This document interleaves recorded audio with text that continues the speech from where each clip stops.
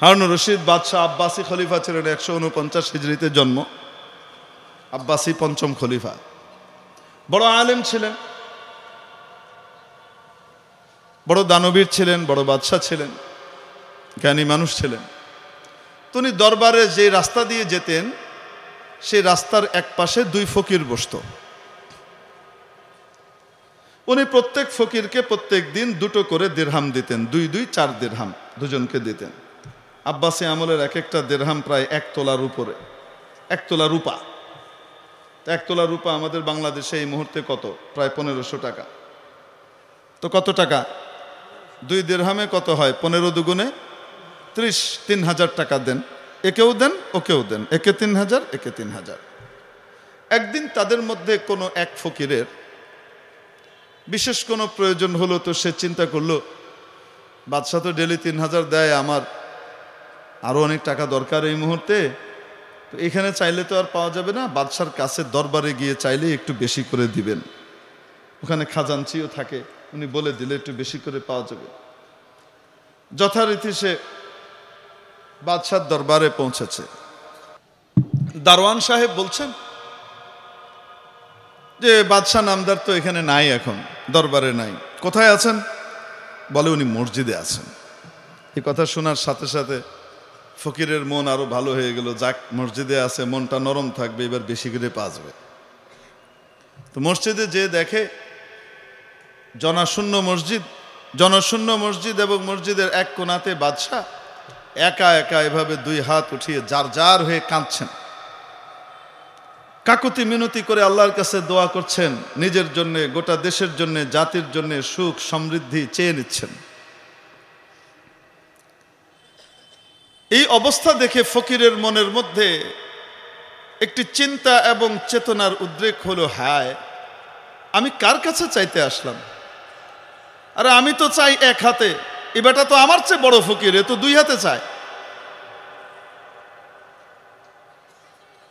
তো এই বাদশাহ যার কাছে চায় আমিও তার কাছ থেকে সরাসরি নিলে অসুবিধা কোথায়? ফকির সিদ্ধান্ত নিল এখন থেকে আর সে বাদশার কাছে কোনো কিছু চাইবে না, নিজের প্রয়োজনে বাদশার কাছে কখনো চাইবে না, সে আল্লাহর কাছে চাইবে। মনে রাখবেন, নিজের প্রয়োজনে কারো কাছে হাত পাতা এটা ইসলামে নিন্দিত, আর দ্বীনের প্রয়োজনে, ইসলামের প্রয়োজনে কারো কাছে হাত পাতা এটা ইসলামে নন্দিত। নবী পাক মুহাম্মদুর রাসূলুল্লাহ সাল্লাল্লাহু আলাইহি ওয়াসাল্লাম নিজে দ্বীনের জন্য, ইসলামের জন্য সাহাবীদের কাছে হাত পেতেছেন, চাঁদা চেয়েছেন, ঠিক কি ঠিক না? অতএব আমার ঘটনার ফাঁক থেকে আবার কেউ এই ঘটনা দিয়ে দলিল দিয়ে দিয়েন না যে এই যে হুজুররা চাঁদা চাওয়ার জন্য আমাদের কাছে আসেন, মসজিদের সভাপতি দাঁড়িয়ে মুসল্লিদের কাছে হাত পাতেন, এটি তো নিন্দিত, হুজুর বয়ানে বলেছি। হ্যাঁস লাগাইয়েন না, নবুঝো আল্লাহর, হ্যাঁ বুঝতে আসে না? মুআজ্জাজ হাজিরিন, ফকির সিদ্ধান্ত নিয়েছে দ্বীনের প্রয়োজনে হাত পাতবে না, নিজের প্রয়োজনে কার কাছে চাইবে? আল্লাহর কাছে চাইবে, আর কারো কাছে চাইবে না। যেহেতু এখন তার লেনা দেনা কার সাথে? বুঝে না, নামটা নিতে লজ্জা লাগে, ভাসুরের নাম তো, নামটা নিতে শরম করে কেন? কার কাছে চাইবে? লেনা দেনা এখন কার সাথে? বাদশার সাথে। যেহেতু লেনা দেনা নাই, তাই আগে বাদশাহ যে রাস্তা দিয়ে যাইতো ওইদিকে ফিরে থাকতো, এখন বাদশার কাছ থেকে লেনা দেনা নাই। ফাইনামা তুয়াল্লু ওয়ুজুহাকুম ফাসাম্মা ওয়াজহুল্লাহ, যেদিকেই তাকাও সেদিকেই আল্লাহর অস্তিত্ব আছে না নাই? অতএব রাস্তাকে পিছনে দিয়ে সে এবার তার গদিটাকে নিয়ে রাস্তার ওই পাশে গিয়ে রাস্তা পিছনে দিয়ে উল্টা দিকে ফিরে সে তার ইবাদত করে, তার বুঝমতো যা ইবাদত, জিকির, সগল, নামাজ, কালাম এগুলা পড়তেছে। যথারীতি বাদশাহের পরের দিন আসলেন, এসে যখন এখানে দান করতে গেলেন তো একে 2 দিরহাম দিয়েছেন, আরো 2 দিরহাম বাকি আছে না নাই? দেখে নাই। ওই ফকিরের কাছে জিজ্ঞেস করছে, কিরে তোর দোস্ত কই? হে কয় বাদশাহ নামদার ও সিদ্ধান্ত নিয়েছে ও আপনার কাছ থেকে আর কিচ্ছু নেবে না। এটা কি এইভাবে বলছিল ওই ফকির? বলার ভঙ্গি কি? আপনার কাছ থেকে আর কিচ্ছু নেবে না। বাকিটুকু আর কয় না, কার কাছ থেকে নেবে? এইটা হলো হলুদ সাংবাদিকতা, অর্ধসত্য। আদা কয়, আদা কয় না। এখন ও কি কয়, আপনার কাছ থেকে কিছু নিবে না। বাদশার খুব রাগ উঠেছে।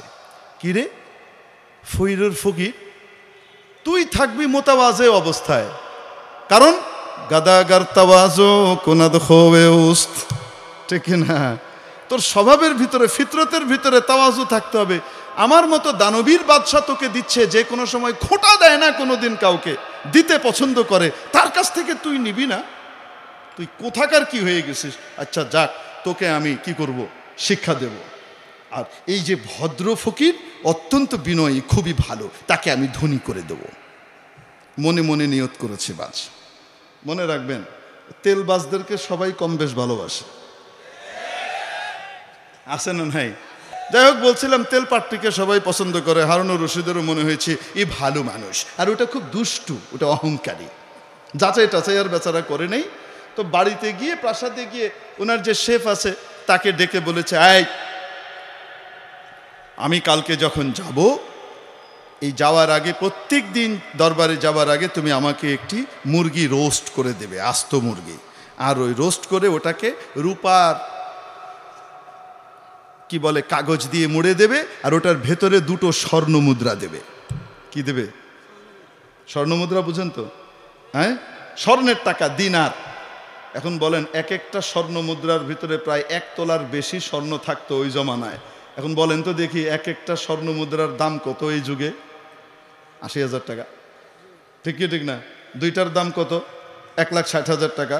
10,000 টাকা বাদ দেন, দুর্নীতিবাজ সুইস ব্যাংকে পাঠিয়ে দিছে, তো রইল তো 1.5 লাখ। কোন না কেন, আছে না নাই?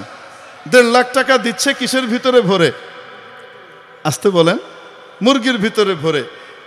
আর এই মুরগিটা দেয় কাকে? ওই যে তেলবাজ ফকিরকে। যে ফকির বাদশার কাছে চায়, কার কাছে চায় না। আর ওই 2 টাকা, ওই যে 2 দিরহাম, 3,000 টাকা, ওইটা থেকে ওকে বঞ্চিত করে না। তুই অহংকার করিস আর যাই করিস, আমার দেওয়া বন্ধ নাই, চলবে। কিন্তু একে দেয় 1.5 লাখ, ওরে দেয় কত? হয় না কেন? এই 1.5 লাখ দেয় কিসের ভিতরে বেড়ে? মুরগির ভিতরে বেড়ে। এখন 6-7 মাস পরে বাদশাহ এসে দেখে ওই যেই ফকির আল্লাহর কাছে চায় সেই ফকির নাই। জিজ্ঞেস করলেন আগের ফকিরের কাছে, মুরগিওয়ালা ফকির। কোন ফকির? মুরগি ফকির। কথা কইলেই খালি হাসে, এই লোকগুলার নিয়ে চলা মুশকিল। কোন ফকির? মুরগি ফকির। এই মুরগি ফকিরকে দেখে, শুধু মুরগি ফকির আছে, আর ওই আরেক ফকির যে কার কাছে চায়, ওই ফকির নাই। মুরগি ফকিরের জায়গায়, কিরে তোর দোস্ত কই? সে বলে, বাদশাহ নামদার, ওর কি আর এখন ভিক্ষে করার দরকার আছে? ও তো এখন বাগদাদ নগরীর সেরা ধনী, তার তো বিশাল বিশাল জাহাজ আছে, বজরা আছে, সে এক দেশ থেকে আরেক দেশে ব্যবসা করে, তার বিশাল কি আছে, লজিস্টিক, বিভিন্ন ইকুইপমেন্ট তার কাছে চলে এসছে, অনেক ধনী সে। তো বাদশাহ একটু বিরক্তই হয়েছে, ও ধনী হয়ে গেল, তুই ধনী হতে পারলি না? তুই এখনো ভিক্ষা করিস, কারণ একে দেয় কত, ওরে দেয় কত। ও যদি ধনী হয়ে যায় তো তুই ধনী হতে পারলি না? তো এ বলে, বাদশাহ নামদার, আপনি ওকে দেন 2 দিরহাম প্রত্যেক দিন, বর্তমানের হিসাবে 3,000 টাকা, আর আমাকে দেন একটা মুরগি, তাও আস্ত, তাও জ্যান্ত না, এটা রোস্ট করা, এটা বেচতে গেলে বেশি চেয়ে বেশি 500 টাকা। আমারও দেন 500 টাকা, আর ওরা দেন কত? 3,000। ধনী ও হবে না তো কি আমি হব? বাদশার চোখ কপালে উঠছে, এরে বেকুব, তুই এই মুরগি করেছিস কি? এখন সে হেসে তেলতেলে হাসি দিয়ে বলছে, বাদশাহ নামদার, বুঝেনি তো, গরিব মানুষ, ফকির মানুষ, বুদ্ধি বেঁচে চলতে হয়, বুদ্ধি দিয়ে জীবন কাটাই, বুদ্ধিজীবী হতে হয়, কি আর করা, বুঝতেই পাচ্ছেন। ও তো একটু বেকুব, ভোদাই টাইপের, দুনিয়াটা বুঝে না তেমন।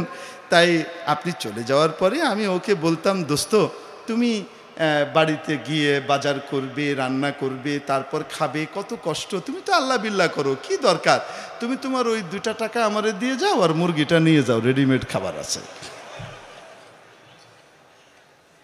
বাদশা চেয়েছেন, যে ফকির বাদশার কাছে চায় তাকে ধনী বানাবেন, আল্লাহ চেয়েছেন যে আমার কাছে চাই আমি তাকে বানাবো। তাহলে বলেন দেখি, রব্বুল আলামিন চাইলে নাখোশ হন না, চাইলে খুশি হন।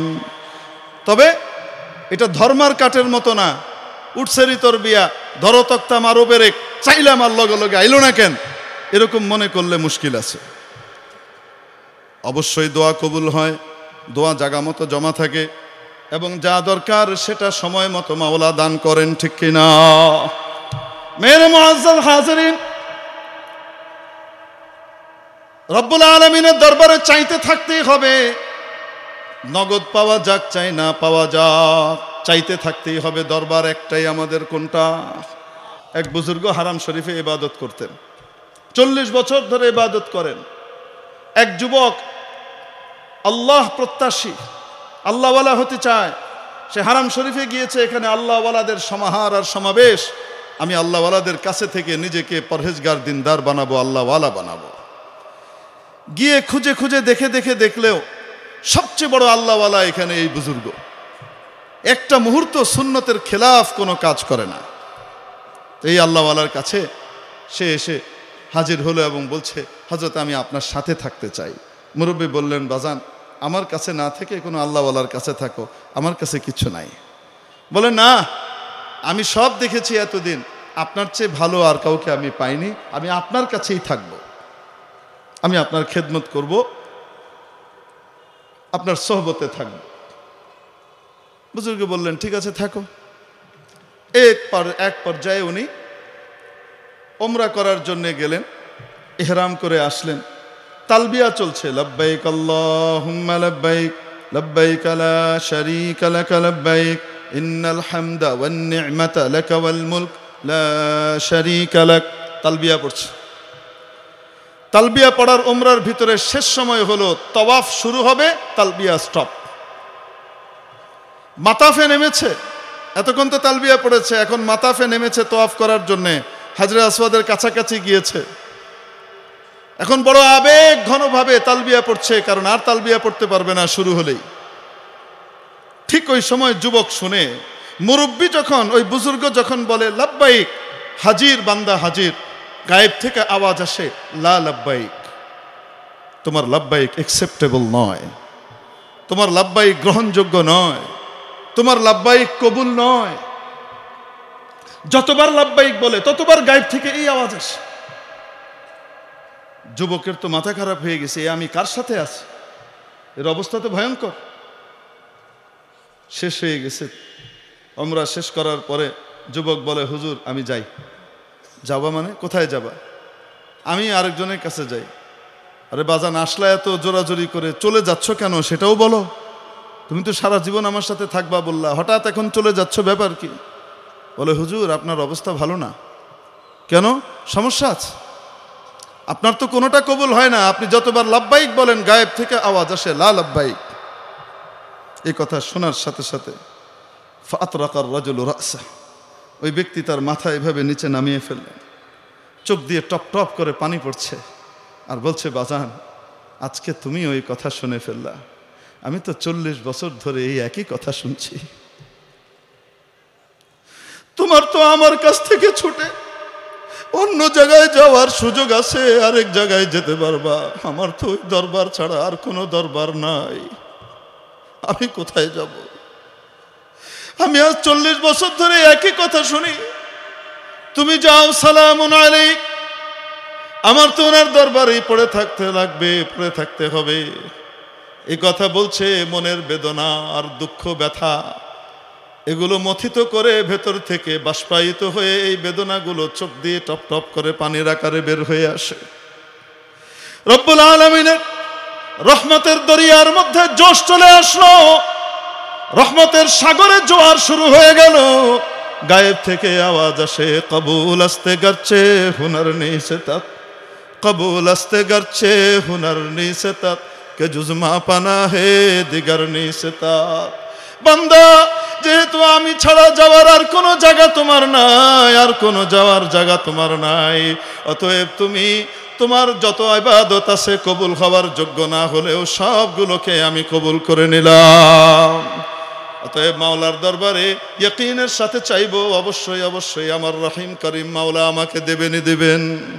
আল্লাহ তাআলা আমাদেরকে আমল করবার তৌফিক দান করেন, হৃদয় থেকে মন উজাড় করে দোয়া করবার তৌফিক আল্লাহ তাআলা নসিব করেন। ওয়া মা আলাইনা ইল্লাল বালাগ। আসসালামু আলাইকুম ওয়া রাহমাতুল্লাহি ওয়া বারাকাতুহু।